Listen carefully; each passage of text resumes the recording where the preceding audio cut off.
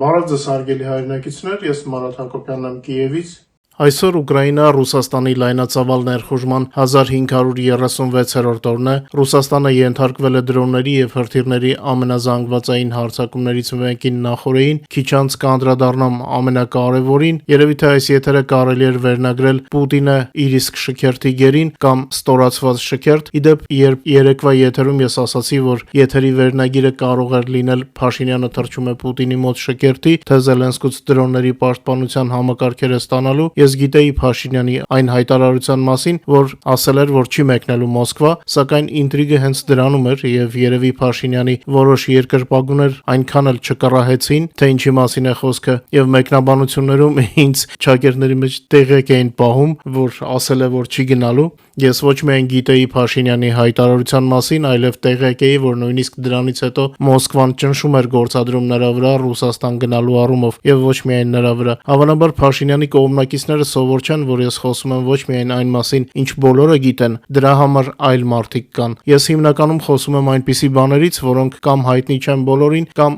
ոչ բոլորին են հայտնի։ Իդեպ, չնայած նրան, որ ռուսները վախենալով, որ կխայտարակվեն, երեք ասում էին, թե ոչ ոքի իբր չեն հրավիրել Մոսկվա, չնայած դրանից առաջ այլ բան էին ասում, մենք տեղեկություն ունեինք, որ իրենց դեռ մնացած ողջ ազդեցությունը ռուսները օգտագործում էին գոնե մի քանիսին Մոսկվա հրավիրելու համար։ Իդեպ, Միջին Ասիայից այնուհանդերձ ռուսները կարողացան հյուրեր կորզել, այնպես որ ինտրիգը կայացավ, հասկացողները ժպտացին, ովքեր չգնահատեցին, մեկնաբանություններում մեր եթերի յութուբյան ալգորիթմին օգնեցին առաջ շարժվելու, ինչը նշանակում է, որ Հայաստանի թեժ ներքաղաքական մարտերի ֆոնին ավելի շատ մարդիկ կարողացան դիտել եթերը, բայց ասեմ, որ որքան փորձում եմ հեռու մնալ Հայաստանի ներքաղաքական թեմաներից, մեկ է գալիս փորձում են ներքաշել այդ գործընթացին։ Լավ, անցնենք մեր ոգևորիչ թեմաներին, իսկ դրանք շատ են։ Ախր այնքան դրական լուրեր կան, չգիտեմ որից սկսեմ, Պուտինի ստորացված շքերթից, թե այդ ստորացմանը նպաստող հարվածներից։ Լավ, եկեք երեկվա հարվածներից սկսեմ։ Նոր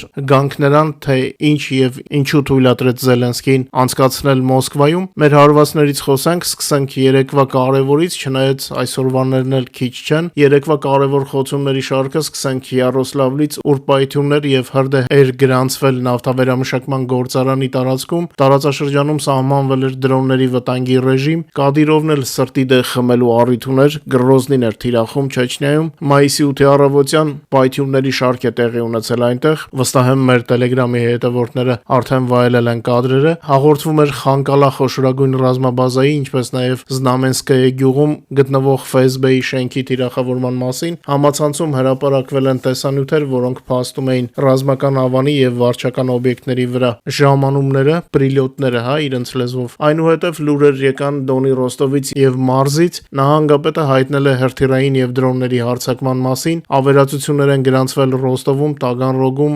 Բատայսկում եւ Մյասնիկովի շրջանում, Ռոստովում հաղորդվել է ուժգին հրդեհների մասին, սահմանակից Բելգրադի մարզը բացառություն չէր, դրոնները գրոհել են մարզի 8 քաղաքներ, հաղորդվում էր վիրավորների եւ ենթակառուցվածքների վնասման մասին, դե Բելգրադը ինձ թվում է արդեն սովորել է։ Հարձակումները չեն դադարել նաեւ Մոսկվայի եւ Մերձմոսկովյան ուղղությամբ 3, Մոսկվայի քաղաքապետը խոսել է քաղաքին մոտեցող դրոնների խոցման մասին, ընդհանուր առմամբ հաղորդվել է դեպի Մոսկվա թռչող 27 դրոնի մասին, օդանավակայաններում նորից կոլապս էր, թռիչքների ժամանակավոր սահմանափակումներ են մտցվել Վնուկովը եւ Դամաձեդովը օդանավակայաններում, Ռուսաստանի տրանսպորտի նախարարությունը հայտնել է զանգվածային ավիացիոն կոլապսի մասին պայմանավորված դրոնների հարձակումների սպառնալիքով։ Կենտրոնական Ռուսաստանը բացառություն չէր, Բրյանսկի, Վորոնեժի, Կալուգայի, Լիպեցկի, Ռիազանի, Սմոլենսկի, Տուլայի մարզերում նույնպես տագնապ էր։ Հուսամ Կալուգա բառը չի քաղաքականացվի, հայկական նախընտրական հումոր, հա։ Անմաս չմնաց Պավոլժեն, Թաթարստանը եւ Ուլյանովսկի մարզը, Հարավը եւ Ղրիմը կարծես արդեն սովորականի համաձայն թիրախավորվեցին, Կրասնոդարի երկրամասը, Ղրիմը, Սևծովը եւ Ազովի ծովի ջրատարածքները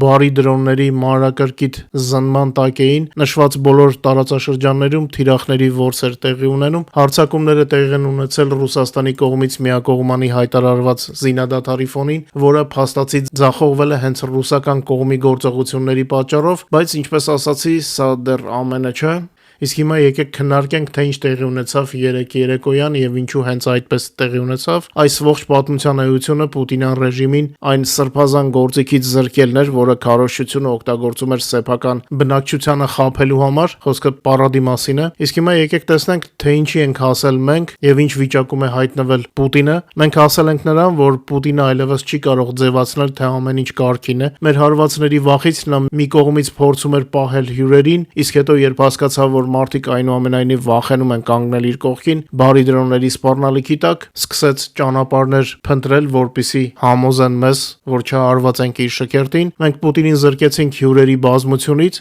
սա առաջի կարևոր կետն է։ Ստիպեցինք ցույց տալ Պուտինին իր կենթանական վախը, երբ նա չեղարկելով տեխնիկայի մասնակցությունը շքերթին, եւս մեկ անգամ ցույց տվեց, որ տեխնիկան ավելի շատ է գնահատում, քան զինվորներին, որոնց դուրս բերեց Կարմիր հրապարակ։ Մարդակերի իրական արյունոտ դեմքը երևաց դիմակի տակից, սա երկրորդ կարևոր կետն է։ Ռուսաստանում հարցումների ժամանակ արդեն մարդիկ էլ էին դրա վրա ուշադրություն հրավիրում, որ փաստացի մարդկանց չի խղճում, բայց տեխնիկան խնայում է։ Պուտինը նվաստացվեց նաև հերթական անգամ Թրամփի առջև, ում Կրեմլը ստիպված եղավ բազմիցս դիմել, աղերսելով, որպիսի համոզի Կիևին, որ չհարվածի, չէ՞ որ այդ մասին իմացավ ոչ միայն Թրամփը, այլև ողջ աշխարհը, հատկապես Թրամփի մայիսի 9-ից 11-ը զինադադարի մասին ուրախ հայտարարությունից հետո, բայց թվում էր, թե նույնիսկ այս աստիճան խայտառակված Պուտինի համար մանևրելու փոքրիկ հնարավորություն էր մնացել, նա կարող էր ասել, թե Թրամփի միջոցով ստիպել է Ուկրաինային չհարվածել Մոսկվայի շքերթին, սակայն Պուտինին սպասում էր եւս մեկ հարված, բառացիորեն 1 ժամվա ընթացքում նախագահ Զելենսկին արձակեց 26 թվականի մայիսի 8-ի թիվ 374-2026 հրամանագիրը, որով մեջբերեմ մարդասիրական նախաձեռնությունների շրջանակում թույլատրում է 26 թվականի մայիսի 9-ին Մոսկվայում շքերթի անցկացումը։ Փաստաթուղթը նշված ժամանակահատվածում ժամանակավորապես բացառում է Կարմիր հրապարակին ուկրաինական սպառազինության հարվածներից։ Նախագահ Զելենսկին Մոսկվայի շքերթի անցկացման վայրը հանել է ուկրաինական հարվածների պլանից, սակայն Ռուսաստանի մնացած տարածքների նկատմամբ մայիսի 9-ին, 10-ին եւ 11-ին Ուկրաինան գործելու է հայելային կերպով։ Այս մասին RBK-ին հայտնել էին աղբյուրները ուկրաինական իշխանության շրջանակից, եւ քանի որ ռուսները չեն դադարեցրել կրակը ռազմաճակատում եւ շահեդների արձակումները դեպի ուկրաինական բնակավայրերը, Ուկրաինան շարունակել է գրոհել թիրախները ինչպես օկուպացված տարածքներում, այնպես էլ բուն Ռուսաստանի տարածքում, այսպես կոչված Թրամփյան զինադադարի մեկնարկից բառացիորեն 1 ժամ անց պատասխան հարվածները տեղացին անհրաժեշտ թիրախների ուղղությամբ։ Բարի դրոնների գրոհի մասին առաջին հաղորդագրությունները սկսեցին ստացվել Կասպիյսկից, հենց այն քաղաքից Դաղստանում, որտեղ մայիսի 7-ի գիշերը Ուկրաինայի պաշտպանության ուժերը հարված հասցրեցին ռուսական 22-800 կարակուրտ նախագծի փոքր հրթիռային նավին, հենց այդ նավերից են կալիբր հրթիռներ արձակում Ուկրաինայի տարածքի վրա։ Ըստ երևույթին մերոնք այնտեղ դեռևս կարևոր թիրախներ էին գտել եւ անցած գիշեր նորից գրոհել են։ Իդեպ իմ ունեցած տեղեկությունների համաձայն Թրամփը Կիևին համոզում էր զինադադարի գնալ նաեւ նրանով, որ տեղի կունենա գերիների արտահերթ փոխանակում։ Տեսնենք, թե արդյոք այն իրականում կկայանա, բայց եթե չլինի արտահերթ, կլինի պլանայինը։ Կարևորը այն է, որ թշնամին վախեցած է։ Կարծում եմ միայն ամենամոլի պուտինիստները չնկատեցին Կրեմլի վախը, իսկ երկու վախը մեկ մահ է։ Վախը փոքրիկ մահ է, որն առաջացնում է անհատականության կաթված կամ լիակատար ոչնչացում, այնպես որ հետաքրքիրը միայն նոր է սկսվում։ Պուտինի հետ պատահեց այն, ինչ նա բերում էր մեզ, եւ վախը, եւ մահը։ Հիմա բոլորը տեսան, որ Պուտինը թույլ է, խայտառակված եւ ըստ էության ոչնչություն է։ Ես ձեզ վստահեցնում եմ, որ հնարավոր է նա նույնիսկ չսպասի այս 3 օրվա ավարտին եւ հերթական հարվածը հասցնի Կիևին կամ Ուկրաինայի այլ քաղաքներին այն բալիստիկ հրթիռներով, որոնք նա հավաքել է այս մի քանի օրվա ընթացքում։ Այդ հարվածը ուղեկցվելու է այսպես կոչված հատուցման հերթական քարոզչական աղմուկով։ Նրան իհարկե կթվա, թե ինքը ջրից չոր դուրս եկավ, բայց ես համոզված եմ, որ այսօրվա խայտառակությունից հետո նույնիսկ ամենաանգետ պուտինիստը, եթե ոչ բարձրաձայն, ապա ներքուստ կհասկանա, որ իր առաջնորդը ձախողակ է, իսկ վախկոտները կսկսեն ել ավելի վախենալ։ Ինքնապահպանման բնազդը կարծում եմ արկա է նույնիսկ Պուտինի ժողովրդի մոտ, չէ՞ որ մոսկվացիներն ու Ռուսաստանի խոշոր քաղաքների բնակիչները զրկվել էին ինտերնետից, խցանված կոլապսի մատնված օդանավակայաններում եւ բազմաթիվ անհարմարություններ կրեցին միայն այն պատճառով, որ Կրեմլը ուզում էր նրանց համոզել սեփական ուժի մեջ, սակայն սովորական ռուսները ոչ թե ուժ էին զգում, այլ անհարմարություն եւ նվաստացում, որովհետեւ իբր աշխարհի ամենահզոր երկրներից մեկի քաղաքացիները չեն կարողանում օգտվել ավիատրանսպորտից, քանի որ դա անվտանգ չէ, ել չեմ ասում ռուսական ռուսական ավիաուղիների ինքնաթիռների վիճակի մասին բազմիցս մեր եթերներում պատմել եմ։ Ռուսները չեն կարողանում օգտվել սովորական ծառայություններից, որովհետև ինտերնետ չկա եւ այսպես շարունակ, հա։ Ես հանդիպեցի մի ռուսաստանցու գրառման, ով ողբում էր, թե փաստորեն իր երկիրը լայնամասշտաբ պատերազմի ավելի քան 4 տարիների ընթացքում հասել է նրան, որ ստացել է Զելենսկու թույլատվությունը շքերթ անցկացնելու համար։ Ռուսների մոտ սկսել է գիտակցման ծանր շրջան, դեռ շատ ջրեր կհոսեն, ինչպես մինչև սա հասնի լայն զանգվածներին, բայց Մոսկվայի այս խայտառակության շքերթը չի կարող չազդել Կրեմլի ռեժիմի ճակատագրի վրա։ Խնդրում եմ մեր լսարանին ձեր կարծիքները հայտնեք, թե որքանով հաջողվեց Պուտինյան առասպելը ոչնչացնել եւ ստորացնել Կրեմլի ռեժիմին։ Իդեպ նույնն է կատարվում ռազմաճակատում, Պուտինյան բանակը փնտրում է որտեղից զինվորներ գտնի առաջ շարժվելու համար, մինչդեռ ուկրաինական բանակը ներդնում է նորագույն ռոբոտներ, որոնք արդեն իսկ կարողանում են ինքնուրույն գրավել թշնամու դիրքերը եւ իրականացնել զատում, զաչիստկա, հա։ Ուկրաինայի ազգային գվարդիայի Ազովի առաջին կորպուսի օդաչուները դրոնների օգնությամբ վերահսկողության տակ են վերցրել ժամանակավորապես օկուպացված Մարիուպոլի ճանապարհները, որոնցով տեղաշարժվում է թշնամու ռազմական տեխնիկան։ Կորպուսը համապատասխան տեսանյութ էր հրապարակել իր սոցիալական էջում, մեր Telegram-ում էլ ենք տեղադրել։ Ազովը վերադառնում է Մարիուպոլ, առայժմ հետախուզական հարվածային համակարգերի օգնությամբ Ուկրաինայի ազգային գվարդիայի Ազովի առաջին կորպուսի պիլոտները բարեկություն են իրականացնում ճանապարհներին շփման գծից մինչև 160 կիլոմետր խորության վրա, ասվում է տեսանյութի նկարագրության մեջ։ Կադրերում ցուցադրված էր հետախուզական հարվածային դրոնների աշխատանքը, որոնք թիրախավորում եւ խոցում են Մարիուպոլի եւ նրա շրջակայքի ճանապարհներով տեղաշարժվող ռուսական բանակի ռազմական տեխնիկան։ Ազովի առաջին կորպուսը շարունակում է ստեղծել սանիտարական գոտի ռուսական լոգիստիկայի համար։ Հարվածի խորությունը մեծանալու է։ Ազովը արդեն բարեկություն է անում իր հարազատ Մարիուպոլում, առայժմ օդից, բայց սա դեռ ամենը չէ, հավելել են ուկրաինացի պաշտպանները։ Վերլուծաբանները մեկնաբանելով այս կադրերը նշում են, որ Ուկրաինայի պաշտպանության ուժերը հարավի գլխավոր զարկերակները Մարիուպոլյան եւ Զապորոժյան մայրուղիները վերցնում են լիակատար կրակային վերահսկողության տակ։ Մեջբերեմ ռուսական այրված տեխնիկայի տասնյակ միավորների կադրերը, որոնք մենք բազմիցս տեսել ենք շփման գծի մոտակա լոգիստիկ ուղիներում, այժմ տեղափոխվում են օպերատիվ մակարդակ։ Եթե այս կարևոր ուղիները վերածվեն այրված տրանսպորտի շարանների, դա հիմնովին կփոխի իրավիճակը, հօգուտ մեզ հավելում են փորձագետները։ Իդեպ նախորդին Ուկրաինայի զինված ուժերի գլխավոր շտաբը հաստատել է Ռուսաստանի պաշտպանության նախարարության գլխավոր հրթիռահրետանային վարչության 70-րդ զինանոցի Կեդրովկայի խոցումը Սվերդլովսկի մարզում։ Հարվածը հասցվել է ապրիլի 25-ին, ռուսները ամեն կերպ թաքցնում էին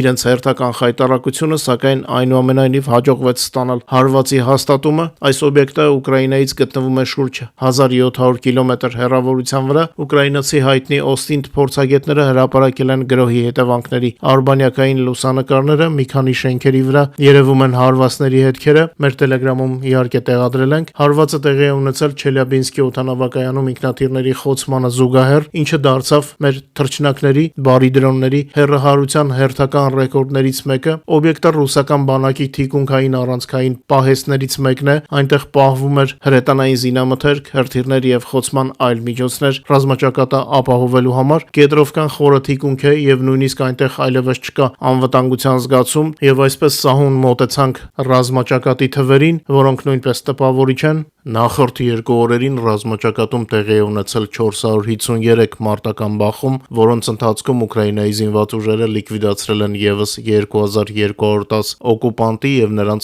4224 միավոր տեխնիկան, տրանսպորտն ու սպառազինությունը։ Ուկրաինական գլխավոր շտաբը նաեւ հայտնել է, որ լայնամասշտաբ պատերազմի սկզբից ի վեր լուսանկարներով եւ տեսանյութերով արձանագրված տվյալների համաձայն լիկվիդացված օկուպանտների թիվը հասել է 1,340,270-ի։ Ահա այսպիսի տվյալներ ունենք Պուտինյան օկուպացիոն բանակի կորուստների վերաբերյալ 26 թվականի մայիսի 9-ի դրությամբ։ Պուտինյան ռեժիմը, որը Մոսկվայում 45 րոպեանոց շքերթի համար այդքան նվաստացավ նրանց առջև, ում պատրաստվում էր հաղթել, կորցրեց ոչ միայն իր հպարտությունը, այլև արժեզրկեց նրանց հիշատակը, ում իբր պատրաստվում էր մեծարել։ Ի տարբերություն նրանց եւ Ուկրաինայում եւ Հայաստանում հիշում են իրենց հերոսներին, մեր Հայաստանում մայիսի 9-ը պաշտոնապես նշվում է որպես հաղթանակի եւ խաղաղության տոն։ Իմ երկու պապերը, ովքեր զոհվել են Ուկրաինան ազատագրելիս, նույնպես զորակոչվել էին Հայաստանից, այնպես որ նրանց սխրանքը ուկրաինական ամսաթվերով հարգում ենք մայիսի 8-ին,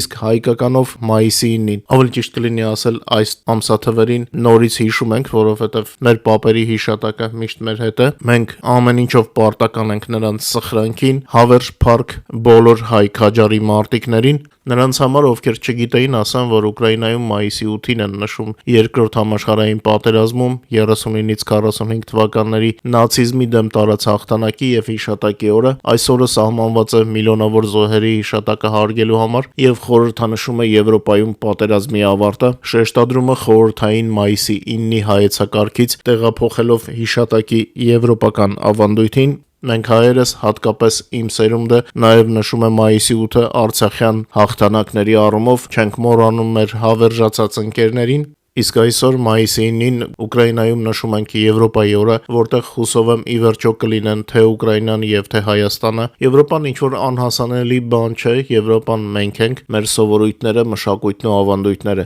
Իսկ Եվրոպական միությանը անդամակցելը ընդհանրապես շատ կարևոր, բայց այնուամենայնիվ քաղաքական եւ տեխնիկական ընթացակարգեր են, որոնք քաղաքական կամքի դեպքում իրագործելի են։ Հուսով եմ շուտով Հայաստանը նույնպես կունենա առանց վիզայի ռեժիմ եւ ինտեգրումը Եվրոպայի հետ կընթանա ավելի բնական ճանապարհով։ 1 տարի անց կլրանա արդեն 10 տարին, ինչ ուկրաինացիները առանց վիզայի կարող են մուտք գործել Եվրոպական միության տարածք։ Անկեղծ ասած, ես արդեն չեմ էլ պատկերացնում, թե ինչպես էինք մենք առաջ ապրում առանց դրա, որովհետև դարձել է սովորական երևույթ, չէ՞ որ տեղաշարժի ազատությունը երկրների եւ հասարակությունների միջև մերձեցման կարևոր գործոն է, բայց ամենակարևորը չմոռանանք, որ Հայաստանի եւ Ուկրաինայի միջև միշտ է գործում առանց վիզայի ռեժիմ, այնպես որ մեր բազմադարյա կապերն էլ ավելի սերտացնելուն մեզ ոչինչ չի խանգարում, բացի իհարկե ռուսական քարոզչությունից։ Իսկ դրա դեմ պայքարելու համար նախքան մեր եթերը շարունակելը նորից կհիշեցնեմ ձեզ, որպեսզի ովքեր դեռ չեն օգտվել YouTube-ի գործիքներից օգնելու մեր հաղորդման տարածմանը, խնդրում եմ լայքեք եւ եթե հնարավոր է տարածեք սոցիալական ցանցերում մեր եթերը,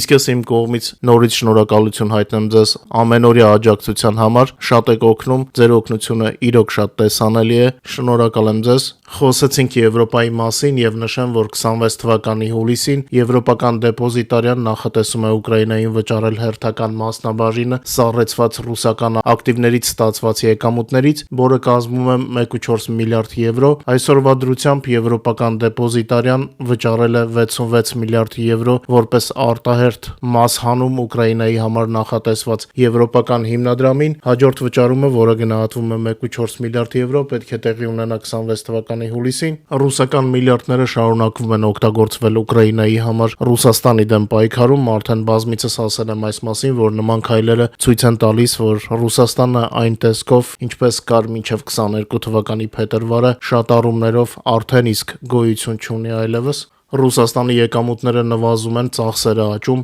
օկուպանտ երկրի բյուջեն չի դիմանում ճնշմանը, Ռուսաստանի տնտեսական վիճակը շարունակում է վատթարանալ, իրավիճակը չեն փրկում նույնիսկ նավթի բարձր գները, այսպես Ռուսաստանի դաշնային բյուջեի դեֆիցիտը 26 թվականի առաջին 4 ամիսների ընթացքում հասել է ռեկորդային 5.9 տրիլիոն ռուբլու, ինչը կազմում է ՀՆԱ-ի մոտ 2.5%, չնայած Մերձավոր Արևելքում տիրող իրավիճակի ֆոնին նավթի գների աճին, եկամուտները պարզապես չեն հասցնում ծածկել կտրուկ աճած ծախսերը, այս տեղեկատվությունը հաստատում են ռուսաստանցի տնտեսագետները։ Ռուսաստանի ֆինանսների նախարարության տվյալներով նավթագազային եկամուտները կրճատվել են գրեթե 40%-ով, մինչդեռ ծախսերը աճել են ավելի քան 15-ով, գերազանցել 17.5 տրիլիոն ռուբլին։ Ագրեսոր երկրի ծախսերի տեմպերը մնում են անոմալ բարձր, նույնիսկ պետական պայմանագրերի կանխավճարի շրջանի ավարտից հետո վերլուծաբանները ենթադրում են, որ եթե նավթի գները նվազեն կամ Ամերիկան ուժեղացնի պատժամիջոցները ռուսական սև ոսկու գնորդների նկատմամբ, Կրեմլը ստիպված կլինի կրճատել բյուջետային ծախսերը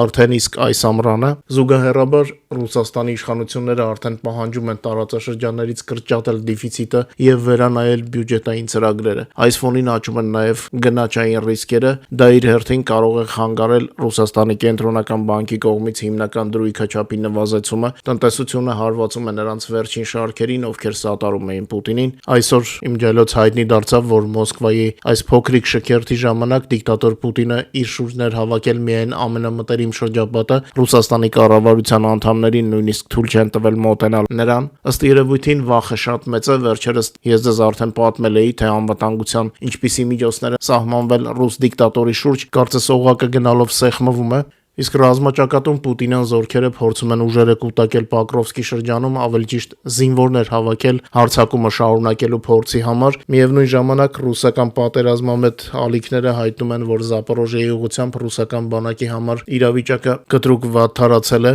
Ռուս բլոգերները իրադրությունը անվանում են ծայրահեղ լարված։ Ուկրաինայի պաշտպանության ուժերը հակահարձակման են անցել Զապորոժիեի ռազմաճակատի արևմուտքում եւ հետ են մղում ռուսական օկուպացիոն զորքերը։ Զեթալիկները ստեղծված իրավիճակը անվանում են ծայրահեղ լարված եւ նշում, որ օկուպանտները կարող են նահանջել այն դիրքերից, որոնք նրանք զբաղեցրել էին անցյալ տարի։ Ըստ ռուսների տվյալների, ուկրաինական ուժերը ուժեղացնում են ճնշումը Կամենսկոյի շրջանում, մասնավորապես ուկրաինացի պաշտպաններին հաջողվել է վերականգնել դիրքերը Ստեփնագորսկից արևելք գտնվող պաշտպանական գծում։ Պատերազմի ուսումնասիրման ինստիտուտը նույնպես հայտնել է ուկրաինական ուժերի առաջխաղացման մասին Կամենսկոյից դեպի հյուսիս-արևելք։ Մայիսի 9-ի առավոտյան հրավառությունը Ռուսաստանի շատ մարզերում Ուկրաինայից էր գեներացվում,